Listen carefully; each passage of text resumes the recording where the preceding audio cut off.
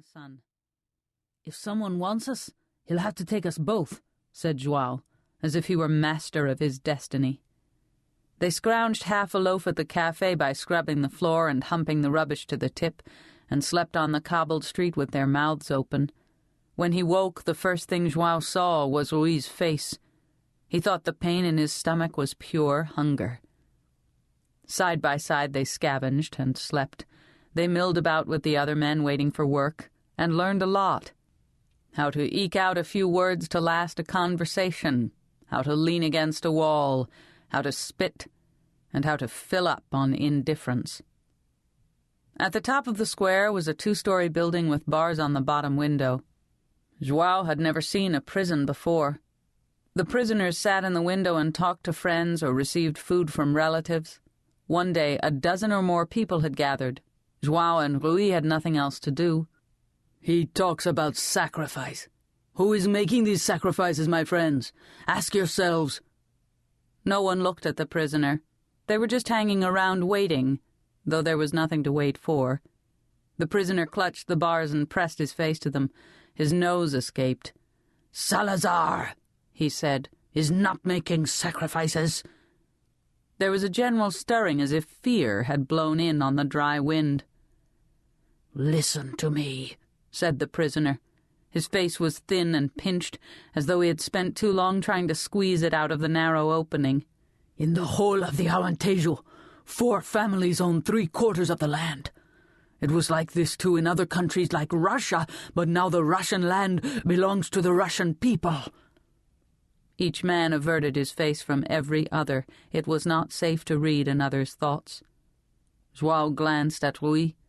Rui did not know what the others knew, or was too reckless to care. He looked directly at the prisoner.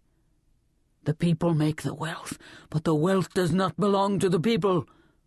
Men withdrew their hands from their pockets as if emptying their savings before leaving town. The prisoner slid his fingers between the bars. "It is forbidden for us to go barefoot. Salazar forbids it." The man laughed, and the laugh was as free as the body was caged. "Look, this is how we must bind our feet. As long as our feet are in slippers and rags, our bellies must be full." An old man with a bent back, obliged to gaze at feet the long day through, grunted a loud assent. A younger man, blinking back tears of fury, said, "It is true." The prisoner tipped back into the dark cell as though wrenched by some unknown force, perhaps by the darkness itself. Each free man discovered he had something to do elsewhere. "Rui," said João, "we better go." Rui stood with his hands on his hips and tossed his head like a bullfighter. "It's finished," said João. He grabbed Rui's elbow and dragged him away. Later a man came to the square and beckoned João. "You want to work?" "Anything," said João. "Please." "Come," said the man, and turned around. "My friend," said João, looking over at Rui, who whistled and kicked his heels against the wall. The man kept walking. "Wait," called João. "I'm coming." He looked up and saw Rui's hat on a large stone, bathed in a circle of milky light. He imagined Rui sitting there, taking off his hat for the last time. João's spine was stiff and there was an ache in his chest. He shifted in the damp grass and looked across and saw how oddly Rui's legs were lying. His trousers were hemmed with mud, one boot faced down and the other faced up. For us, thought João, there can be no ease. He had been there as usual on Thursday, outside the Junta de Freguesia for the game. Everyone was there. José, Manuel, Nelson, Carlos, Abel, and the rest. Only Mario did not come, because Mario had broken his hip. "That Manuel," said Rui, "is a cheating bastard." "That Rui," said Manuel, "is a stupid donkey." Everything went on the way it had for the past 18 years, since Rui turned up in Mama Rosa, though Rui and João had been the young ones then. "Carlos," said Abel, "you bow like a woman." "Shut up," said Carlos. What do you know about women?" Mayadinha was the best way for men to talk. You rolled the balls out onto the green and rolled the words out after them. You didn't have to face each other. Afterward, they locked the balls in the junta and went to the café to drink. "My granddaughter wants to go to Lisbon," said José. "My son left London and went to Glasgow," said Rui. "My daughter," said Carlos, "says she'll throw me out if I cough once more in the night, but she always says that." When it was time to go to bed, João walked with Nelson and Rui walked with Manuel. Sometimes João walked with Manuel. Sometimes he walked with José or Antonio or Mario. But in all those years, he had never walked alone with Rui. João thought he did not want to be the one to return Rui's hat to his wife. He thought and thought about what to do. A bird flew down and landed on the hat's ridge.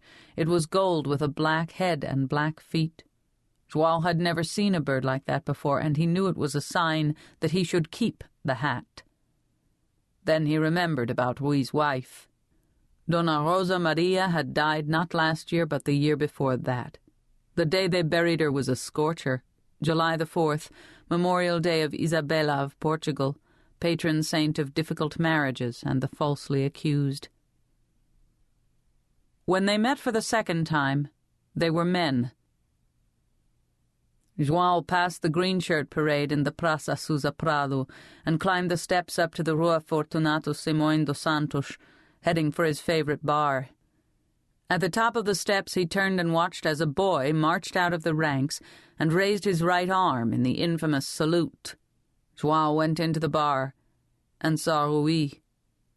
His skin had darkened, and his nose was no longer fine. It looked as though it had been broken, but João knew it was Rui because he brought back the pain in João's stomach.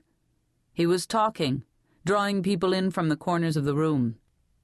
"All I am saying is that a man who owns 10,000 hectares or more and dines on 6 courses twice a day is living a life of excess. Doesn't the public man himself tell us we must restrain our desires?"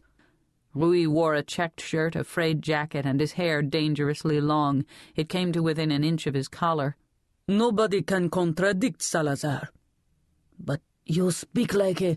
The man sitting opposite Rui dropped his voice. "A communist.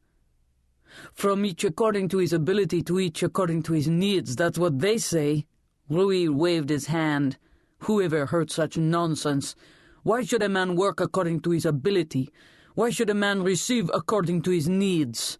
Imagine what would happen if people took this nonsense into their heads. Álvaro Cunhal," he let the name of the Communist Party leader hang for a while, "must rot in his cell forever." João knew what Rui was doing. He could see by the way the others shifted and glanced around that they knew too. "We are with the other side," said Rui. He looked up and saw João, and something passed across his face. "Black shirts and green shirts stick together." "Excuse me," said a little vole of a man sitting by the window, "but do you accuse Salazar of fascism?" "Accuse?" said Rui. "I certainly accuse him of nothing. In 1945, when he decreed all flags to fly at half-mast as a sign of respect for our dear departed Hitler, I saluted him. We supported the Germans, so of course it was a sad day for us all." "But no," cried the little man with his lips a-quiver. "We weren't with anybody." "Oh," said Rui, stroking his nose. "I forget. But nevertheless, I am sad when I am told to be sad." It was 1951, the third year João passed in Lindoso with his sister, her husband and their 4 children, and the husband's brother, mother, and aunt, in a long, low house with 3 doors and 1 window. In the season he cut cork, and when the season was over he did whatever he could. Over the years he had been a grape picker, an olive picker, a goat herd, a tanner of hides in Olhão, a labourer on the roads in Orique, and a gutter of fish in Portimão. He tried to warn Rui. "There are spies," he said. "Informers. That little man with the shrunken head, how does he make his living? Nobody knows." Rui shrugged. He felt his nose.